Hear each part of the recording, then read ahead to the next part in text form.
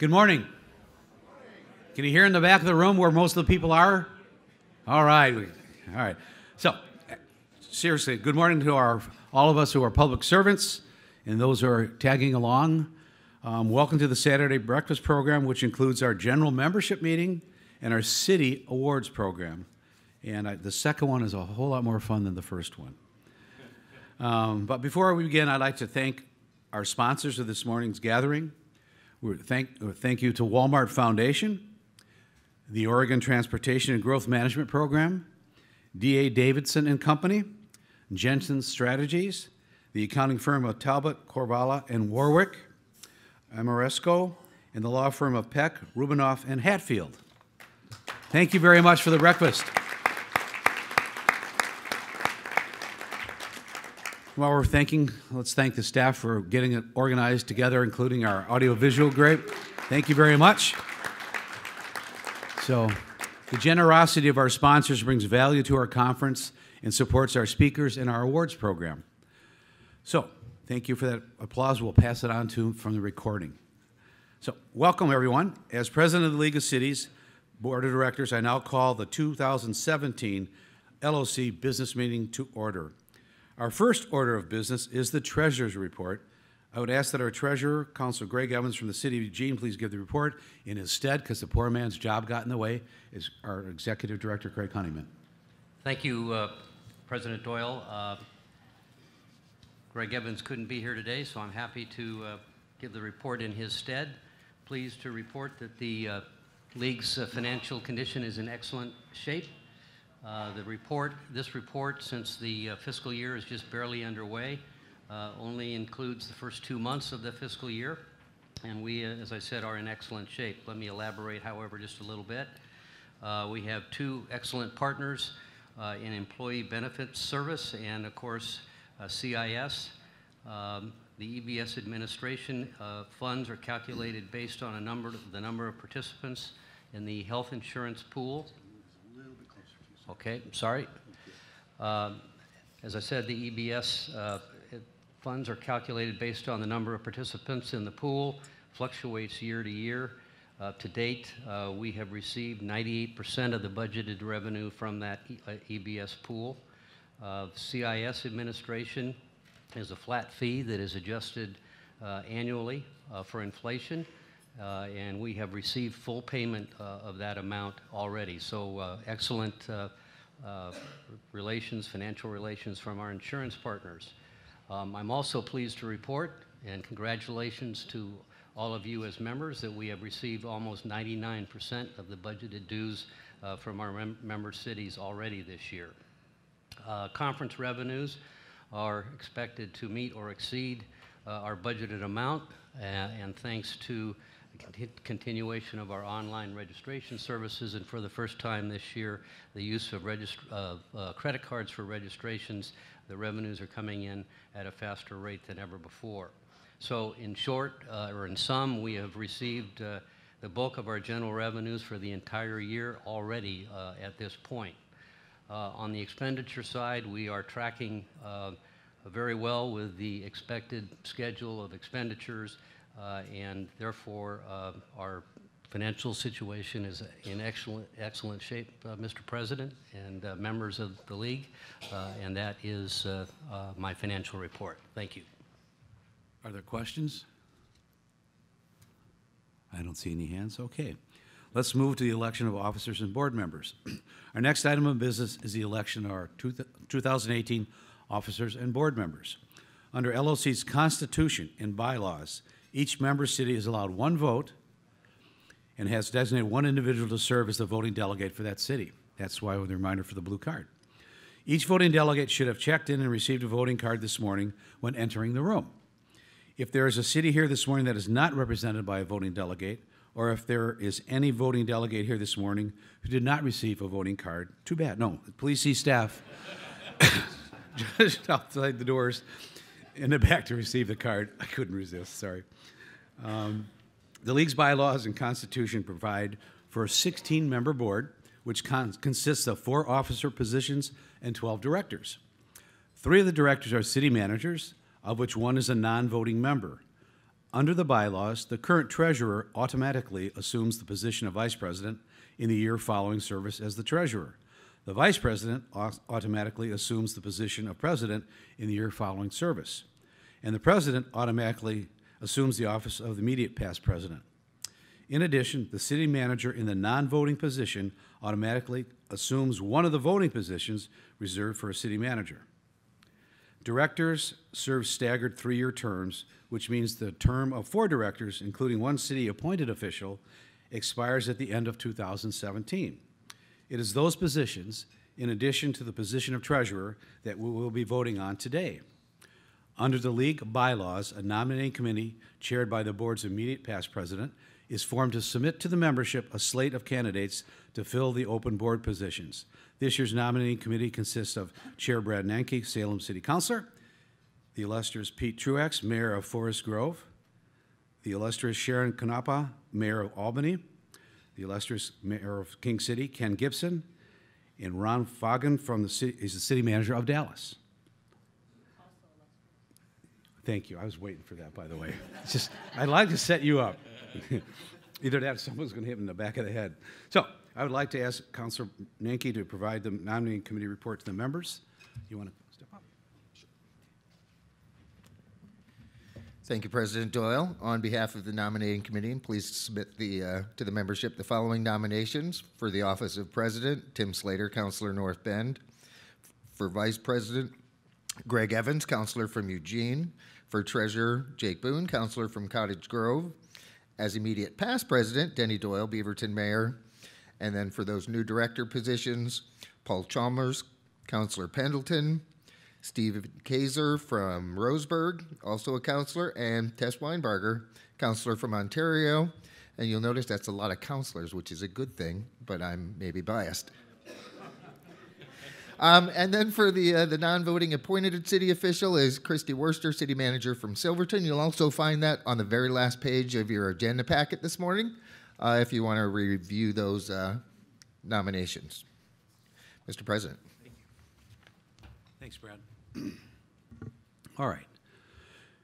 Because the league's constitution and bylaws prescribe the nominations for the positions of president, vice president, immediate past president, and voting appointed city position, the committee's nominations are accepted and nominations for these positions are now closed. Are there any nominations from the floor?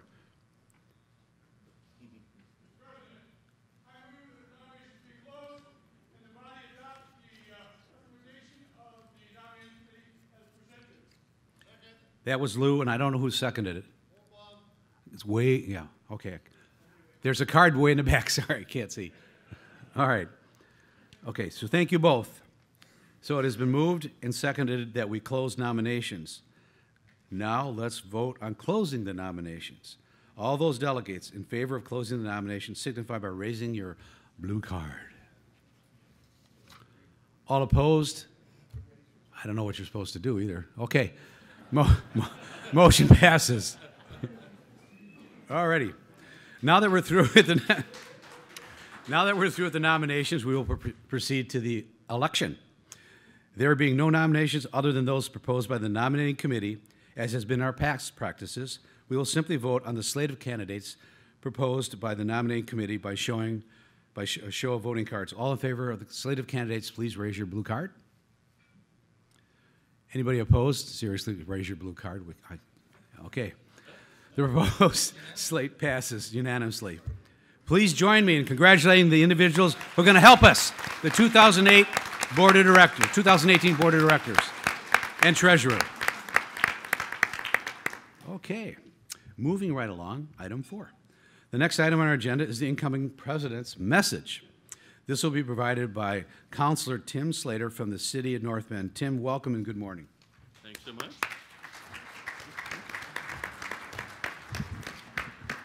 It's almost like a Chicago election, isn't it? You know what Denny left out was not only did you need to pick up your card, but if you wanted additional cards, they were for sale outside by the sponsors booth. Well, I hope you've enjoyed your conference this time, that you've had. You know, we've had some great breakout sessions. We've had some other ones you might question a little bit, but, you know, we got a got to learn from each and every one of them. But I guess to me, the most important thing is you get to talk to each other. And that's probably, to me, worth even much more than sitting in the breakout session, per se. So I hope you took advantage of that. In fact, you know, we had 104 first-time attendees, 104. And they were the people with the, you know, the little green stripe, and I hope you introduced yourself to at least one, because that's really the issue. Bring them along. Why are you here? What are you doing? And what's going on? Well, let me offer you a few ideas here. And the first one to begin with is you were not elected to simply keep house. And I know many of you know that already. I believe that municipal government is the best and most effective form that folks experience. It impacts the citizen directly and offers them the quickest response for them. As we mentioned in the counselor's session, yeah, you get to talk to them in Safeway and on the street and just about anywhere in town, and that's really, really positive that way. I also believe that LOC's mission of being the go-to place for and about cities as a dynamic resource hub for advocacy, education, and best practices. You know, in this time of limited resources, it requires that we share our successes and solutions to try to grab hold of the challenges to run great cities. LOC has a paramount role in that process. For many of our cities, the League, with its informational and support services, is a critical partner. And it's an important part of setting the firm foundation for Oregon's future. Now let me encourage you, together with your full council, to put all of your talents into action.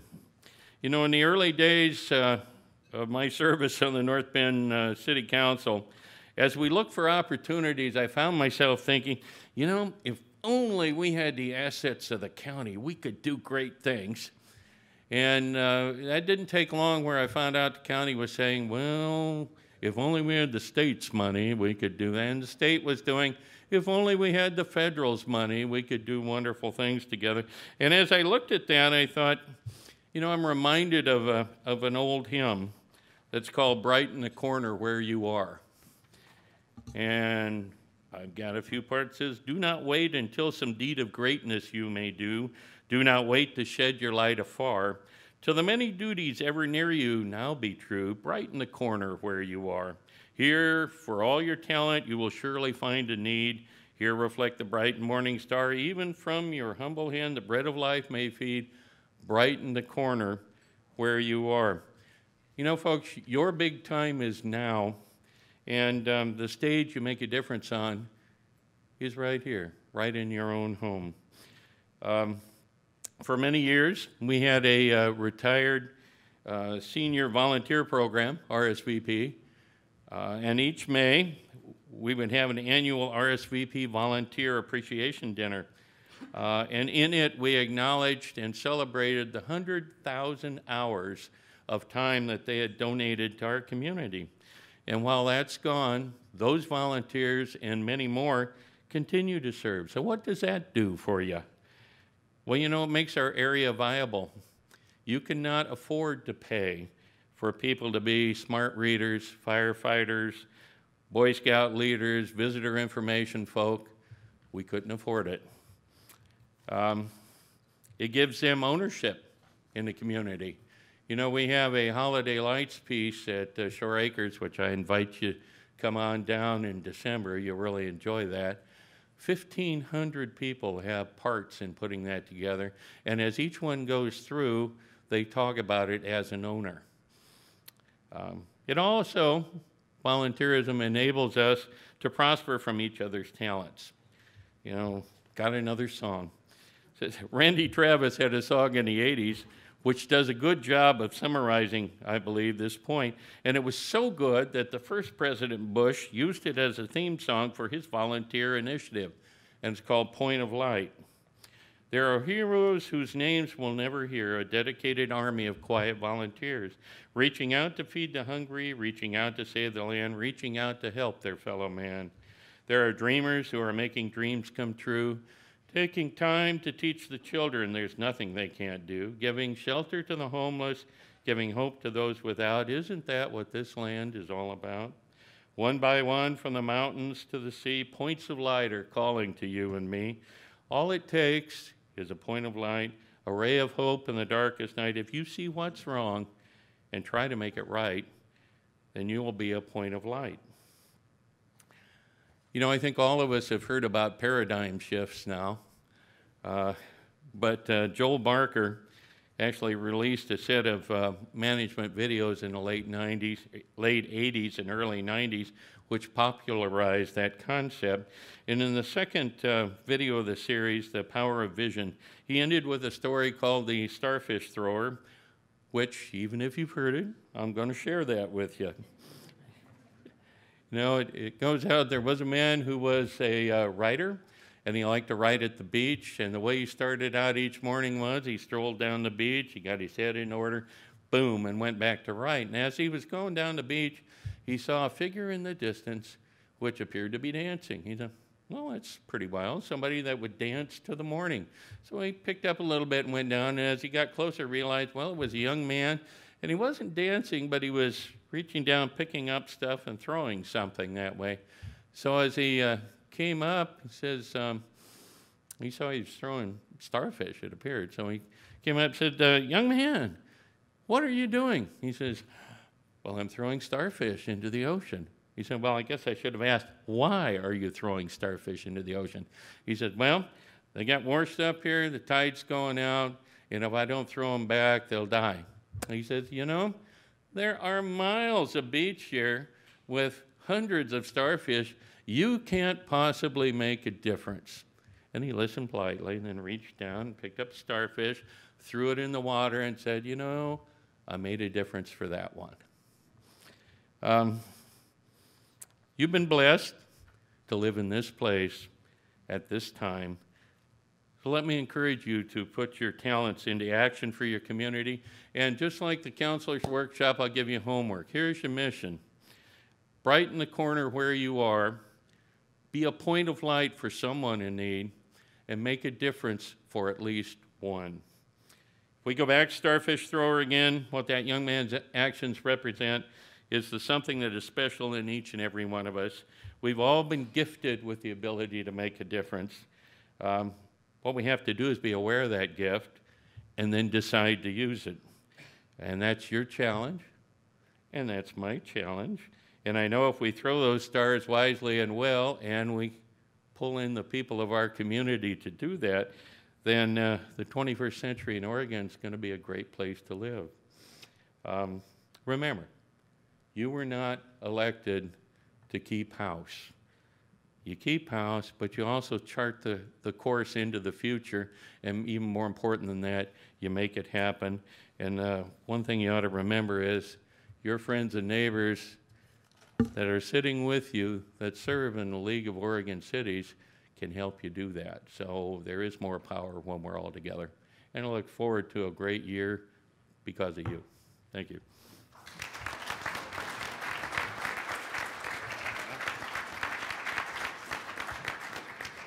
Thank you, Tim. And for the record, he asked us to do a duet to that second song. And wisely for your ears, we decided that would be appropriate. Okay. Our next agenda item is the recognition of outgoing members of the board. Those are Cottage Grove Jake Boone, but we don't have to say that because you're not outgoing anymore. You're still on the board as treasurer. Congratulations. Happy Valley Mayor Lori DeReamer, who is on a vacation right now.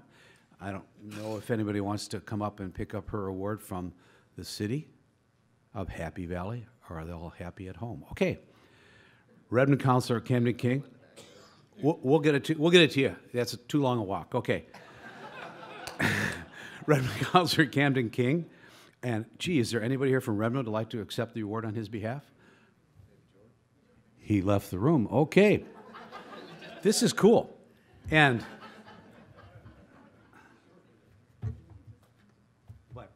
right here at the podium with me is West Linn City Manager, the illustrious Eileen Stein. Would you like to Just real quickly, thank you, Mayor Doyle. It's been a pleasure to work with the entire League of Oregon Cities and the board. It was a privilege to be able to have this opportunity. Just in outgoing, I guess what I will say is that I think that this collection of mayors, city councilors, and city managers and city staff is very, very special, and I really appreciate how we work together in Oregon. No matter whether we're elected officials or appointed officials. And so those members that are coming in the board, onto the board, as well as those that are continuing, I just look forward that we will continue to move forward to serve Oregon cities together. Thank you. Thank you.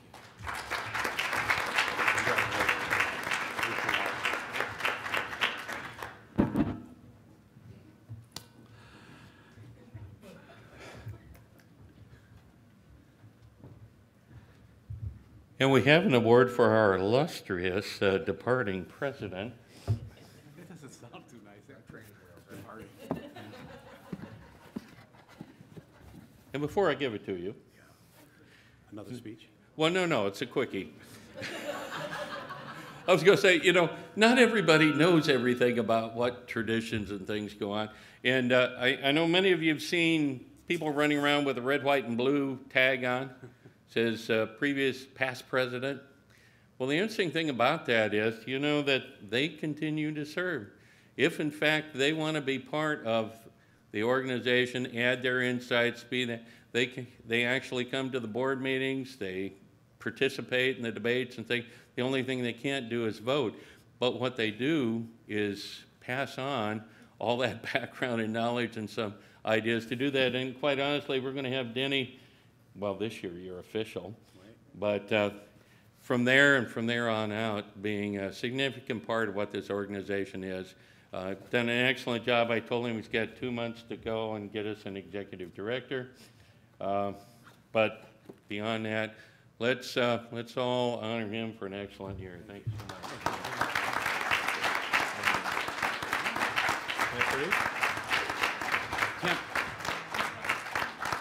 Tim. She'd like a picture of you, of us. Of us, we can do that. Photograph. That's why we didn't let Brad sing either, so. Okay, well, thank you, everybody, very much. It has been fun in a couple more months, and we'll keep on keeping on. Item 6 on the agenda is the report to the members, which will be provided by our interim executive director, Craig Honeyman. Craig, it's all yours.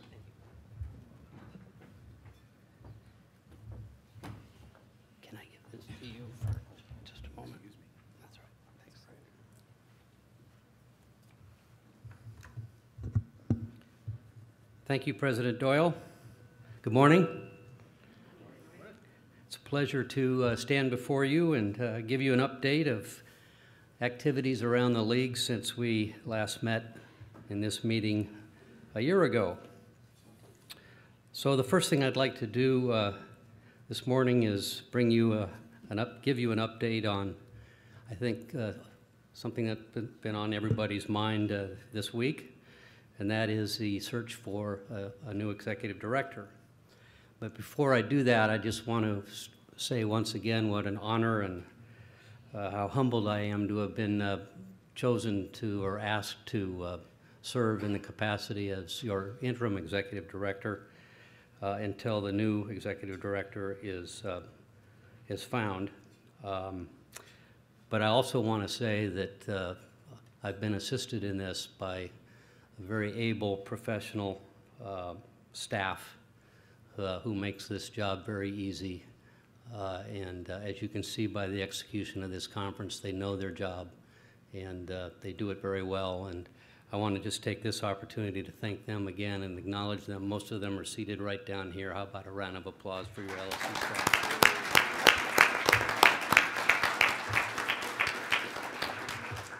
So in this interim period, we're not missing a beat, and I pledge to you that will continue until the new executive director is identified and on the job. So we have identified 2 finalists. They are Michael Cully, who currently is the Chief Executive Officer of the San Diego North Economic Development Council.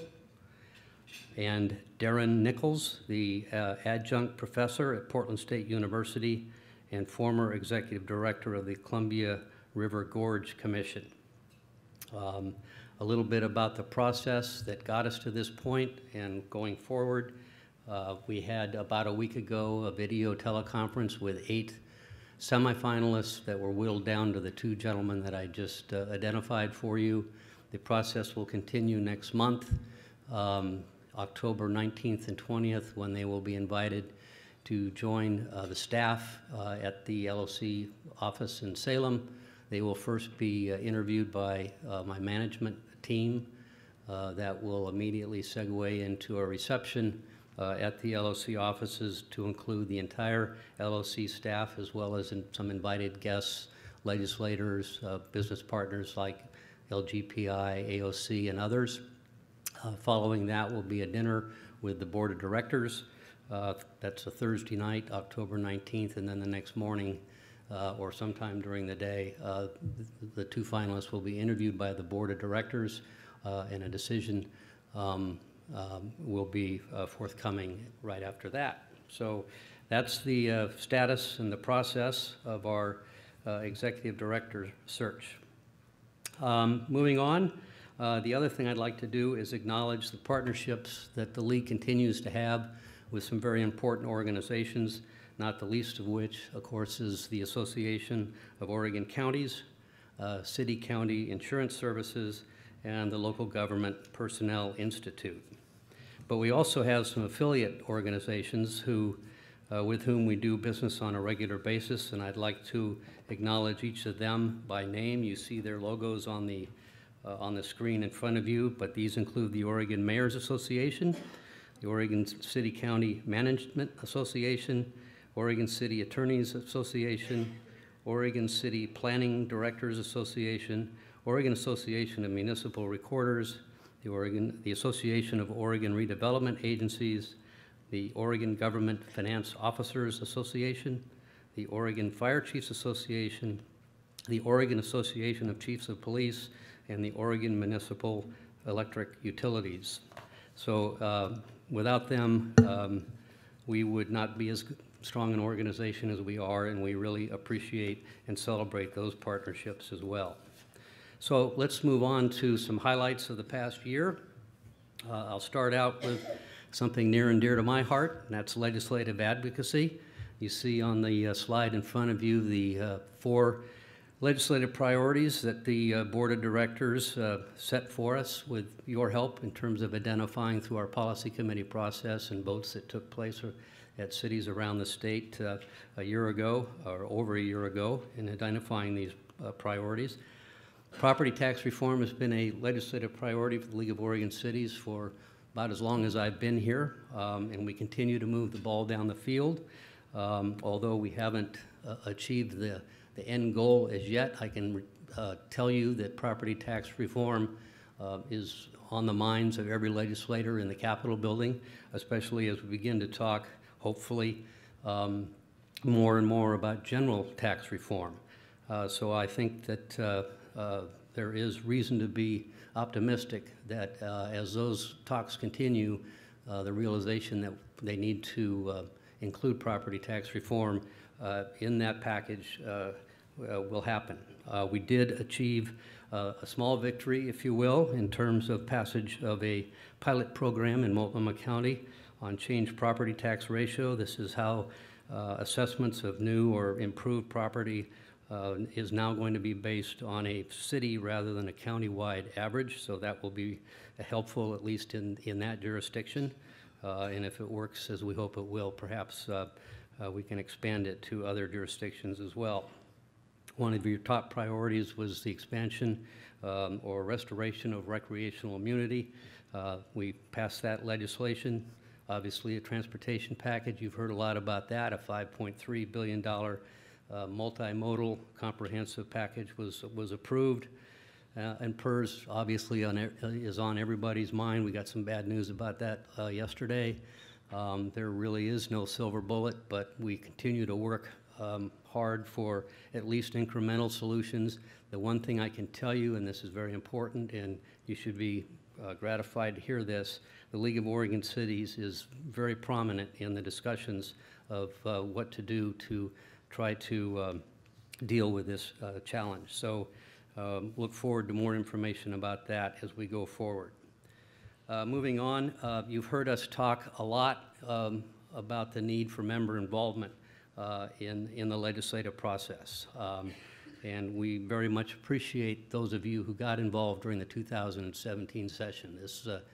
This really contributes measurably to any success that we enjoy in the Capitol building. This started way back when the policy committees, as I said earlier, identified the priorities for our legislative advocacy team. It continued at the opening of the session with City Day at the Capitol, where we had 180 city officials representing 76 cities in the Capitol building, advocating on behalf of cities before their legislative delegation. We also do legislative alerts periodically in our Friday bulletins, and you've responded very well to those when we basically needed a call to arms, if you will, on particular pieces of legislation. We did 10 legislative webinars during the course of the session, and I'm going to admit to you that our Nielsen ratings on these weren't as high as we'd like them to be, and we'd like to get those up. So when we do these next, and we will do them in February, probably only 2 because it is a short session, take a look at those. We do them on Friday afternoons at noon usually. Your league advocacy staff, we have a lot of fun putting these on. We work hard at putting them on, and we've added a new twist to them. That is, we do a deeper dive into some specific issues that relate to legislation, and we think they will be very helpful, would be very helpful to you in understanding sort of the evolution of legislative issues. So when you hear about our webinars, make a commitment to tune in and see if you don't find them helpful. I think you will. Kind of looking forward, also 2018 Policy Committee flyers have been circulating around this conference all week. Take a moment to pick one up. There are 8 committees that we're going to be convening next spring following the February session. This is where your involvement in the process begins. This is where you help identify the agenda items that we should take forward into the 2019 session. So please sign up, join us for that fairly intensive process next spring that goes forward with the identification of those priorities, votes by cities as to what their priorities are, tabulation of the results of that voting, presentation to the Board of Directors, and then an assignment by the Board of Directors as to which of those priorities should be the focal point of our communications as we lead into the 2019 session. Let me emphasize, as I always feel like I must, that just because you don't see your priority, your city's priority on the top 4 doesn't mean we ignore all the other ones. They are on our list of priorities, and we will address every priority as they come at us or as opportunities arise. I'm going to switch now to another form of advocacy, no less important than the legislative advocacy. Several years ago, now retired Executive Director Mike McCauley made a very strong commitment to legal advocacy. He brought a general counsel position in-house, and we have been much more aggressive than ever before in advocating on your behalf in the courts, and continue to do that. We receive member legal inquiries from members. We're not your lawyers, but we can help you answer questions. In this case, this year, we received more and answered more than 150 member inquiries. 3 of 4 appellate cases were favorably decided in our favor, in city's favor, and we filed 3 briefs. Now, I'm not an attorney, so I purposefully didn't go into the description of what these cases were. If you have questions about those, please see us after at the conclusion of this presentation, and we will answer those questions. Member outreach and education, that's another very important service we provide. This year, as we always do after an election year, we put on a program called Elected Essentials for newly elected officials. And as you can see on the map there, we had 8 of these meetings around the state earlier this year. We attracted 200 officials from 95 cities to put on where we put on a program about what it is to be an elected public official, and we always get good feedback on that program. And by the way, you don't have to be a newly elected official to join us for these programs. Well, I think some of the feedback we've gotten is that they're beneficial for veteran elected officials as well. Moving on with member outreach and education, we do small city regional meetings around the state on a quarterly basis. We did 32 of these meetings this year, 8 regions. We touched 400 public officials, and I will personally say I love going out in the field and doing these meetings. It's an opportunity for us to get out of the office, meet with you all, hear what's on your mind. The MO for these meetings, if you will, is that you, small city folks, get to pick your topics, and we provide the talent, if you will, the spokespeople to make the presentation to you about that topic. The other very interesting part of these and educational for those of us at the League are the roundtables that we do, where we hear about the activities in each of your cities, what some of your problems or concerns might be. So I want to take this opportunity to thank all the host cities that have put on these events in the past and will do so again in the future. I think a very fulfilling part of this job for me, at least, are these small city regional meetings. Moving on, again, staying in the area of member outreach and education, LOC TV. Oh, wait a minute, who's that guy? Who put that slide up there? Anyway, we do LOC TV. This is our chance to be TV stars, although we're often told don't give up your day job. We had 5 new episodes of LOC TV this year, along with league trainings where we did 6 classes that 160 officials participated in.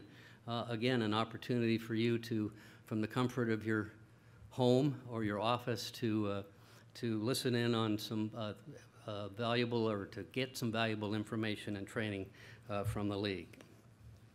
Want to talk again, looking forward a little bit to 2018 regional meetings.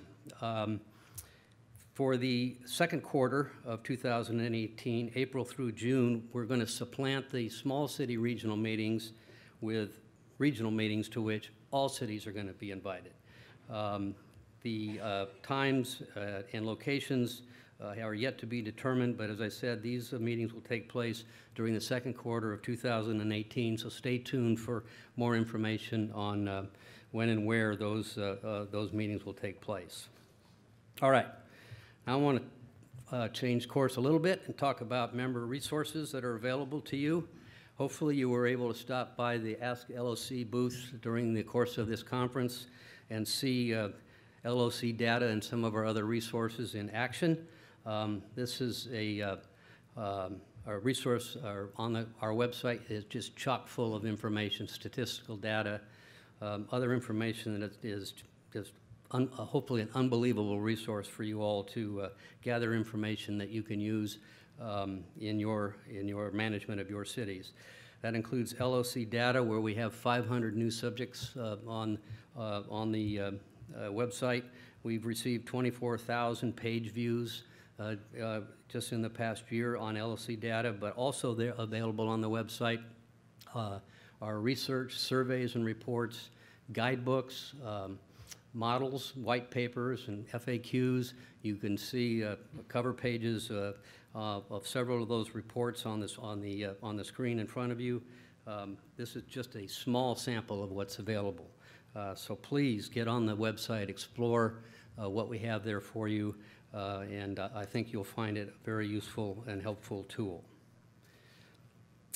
Now, all of this information that we provide you, all of the advocacy that we do, it really is useless unless we can transmit it to you or communicate it to you. So member communication is something that we take very seriously, and I hope you agree we're pretty good at. We do this in a number of ways. Clearly, publications is a major way of doing it. We publish 52 editions of the LOC Bulletin. Those come out dependably in the morning on Friday mornings, every Friday morning. The latest updates on news coming out of the league. I look forward to scheduling of events and that sort of thing. We also do 12 issues of Local Focus once a month, including this year, including the 10 in-depth feature issues that you see on the screen. We think very strategically as we put together the feature issues for Local Focus magazines, putting together features that relate to legislative strategic issues or issues that we think are timely for your edification as you manage your cities. Issues like transportation, property tax reform, rec community, PERS, council staff relations, so it's not all about the legislature, as you can see, the sharing economy, community engagement, the First Amendment, home rule, etc. And we have, some would say maybe drag kicking and screaming, but we are also engaged in social media. We we produced 648 tweets, and we got 848 followers this past year, 265 Facebook posts with 693 page likes, which is up 16% from the prior year. So as you can see from my articulation of this, I'm not totally comfortable with the social media stuff, but we have people that are, so that's the important thing. Anyway, so that's kind of an update from a year ago. As I said, I'm pleased to be standing here and honored and humbled to be standing here today. But really what I'm most proud of is that we as a staff are proud to be able to serve all 241 cities in the state of Oregon, and that's something that the League can be very proud of, Mr. President, that all cities are members of the League of Oregon Cities. I think that's all I have to say, and I'll turn it back to you, Mr. President. Thank you very much.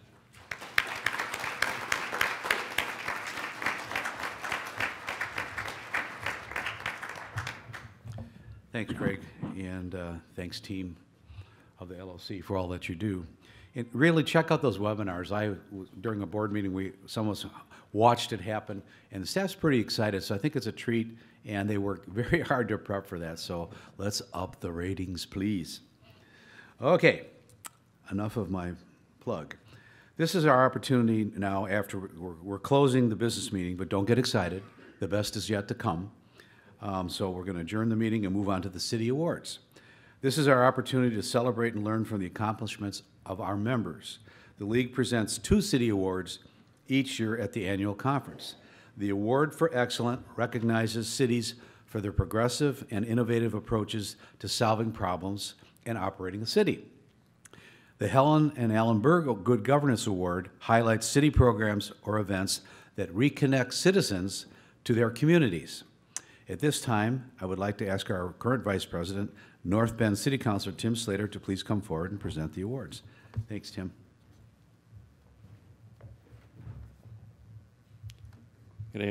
Well, I was going to say afternoon. We haven't been here that long. Good continuing morning. Now, I'd like to first acknowledge our distinguished panel of judges who reviewed the entries and chose our winners. Those individuals, Senator Bill Hansel of the Oregon Senate District 29, John Oberus, former mayor of Monmouth, and John Schlag, executive editor for the Pamplin Media Group. The League appreciates the time and effort given by these very busy people to assist in the awards program. Let's give them a round of applause.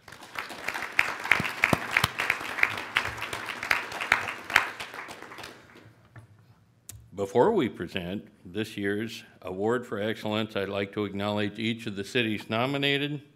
The nominees for the Award of Excellence were the City of Gladstone, with its leading-edge public-private partnership to improve failing infrastructure and provide new revenue.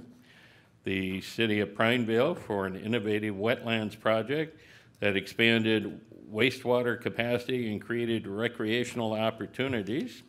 And the City of Scappoose for creating a website to improve customer service and promote local economic development opportunities. Let's acknowledge those folk.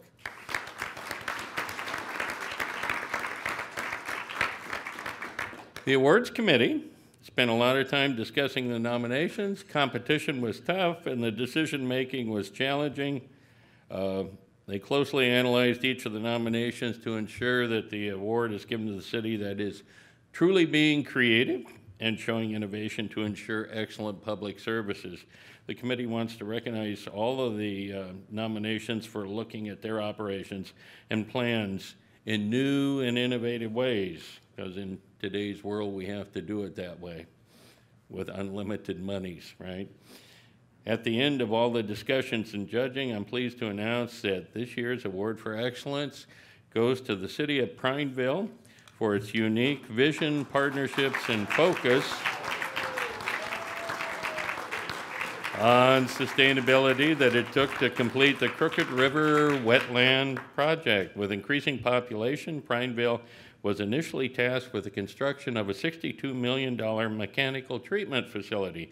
This city shifted its focus to embrace an elaborate, more sustainable option of the 120-acre wetland complex plan. The Crooked River Wetland Complex is now completed and provides remarkable social, economic, and environmental benefits to the community. Through this 120-acre multi-purpose project, the city has responsibly expanded its wastewater capacity, decreased systems development charges, stabilized monthly wastewater rates, created a new public hiking trail system with numerous educational opportunities, and expanded riparian and in-stream conditions in the Crooked River. So could I have Mayor Betty Rope and Councilor Steve Uffelman, would you please come down and accept your city's awards?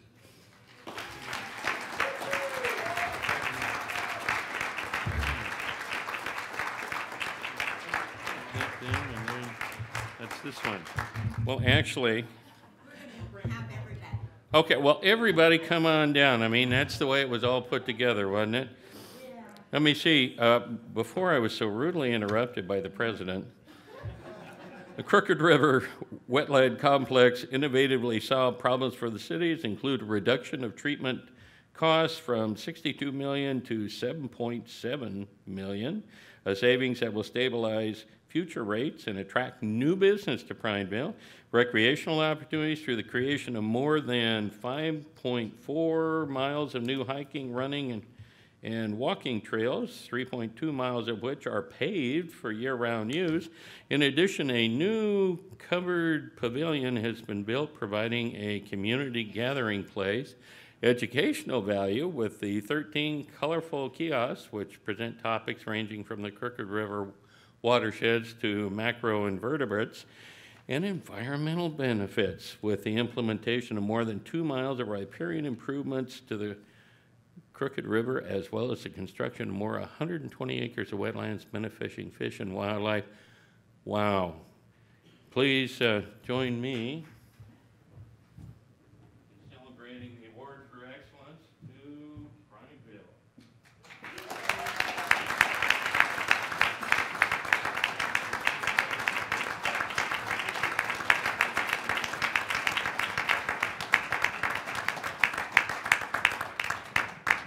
Group photo. Photo bomb. I work? No? I was in between your shoulders. Now we will present the Helen and Alan Berg Good Governance Award. Similar to the Award of Excellence, this award targets city programs or efforts which have a specific purpose of engaging and/or educating citizens. Before we present this award, I'd like to acknowledge each of the cities that was nominated. The City of Hood River for the Latino Outreach Program, connecting with 1/3 of the city's populations to inform, empower, and listen, and the City of Scappoose for its engaging and innovative 2017 Scappoose Town Meeting. Let's have a round of applause for our nominees.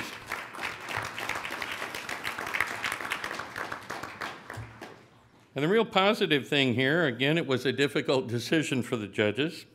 This year's Good Governance Award goes to the City of Hood River for its outreach to Latino residents. And I'd invite Mayor Paul Blackburn to come on down and accept the city award. 1/3 of the residents of Hood River City and Hood River County are Latino, yet this significant minority is largely invisible and almost unrepresented in elected leadership.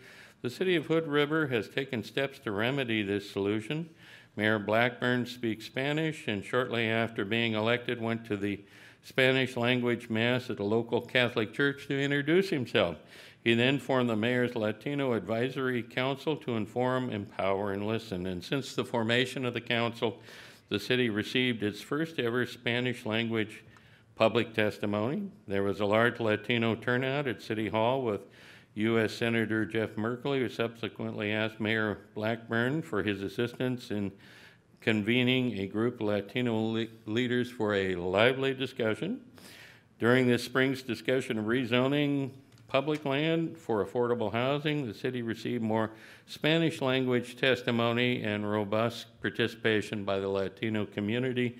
And Mayor Blackburn and the city staff are regular speakers on Spanish language radio station. Hood River's efforts to engage a disconnected constituency has strengthened their inclusive community. Congratulations to Hood River, recipient of this year's Helen and Ellen Berg Good Governance Award.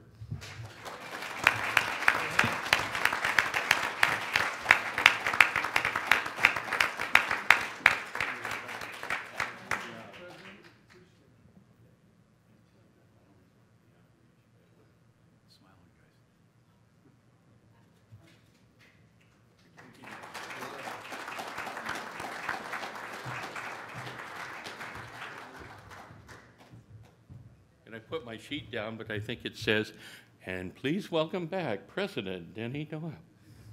Thank you. There you go. Okay. The program says we're supposed to be at 9:55 a.m. at this point. Check your watches, and you're welcome. But thank you, Councilor Slater. And thanks to everyone for making the awards this year a success. Pretty impressive stuff. And we'll certainly shoot this off to the National League of Cities and see if we can't brag a bit more about our great state.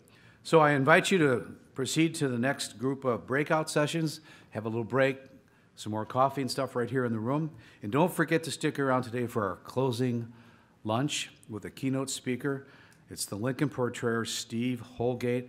I'll tell you, it's well worth the wait, and it'll send you home in a good mood. So enjoy the rest of the day. Have a good one. Bless you all.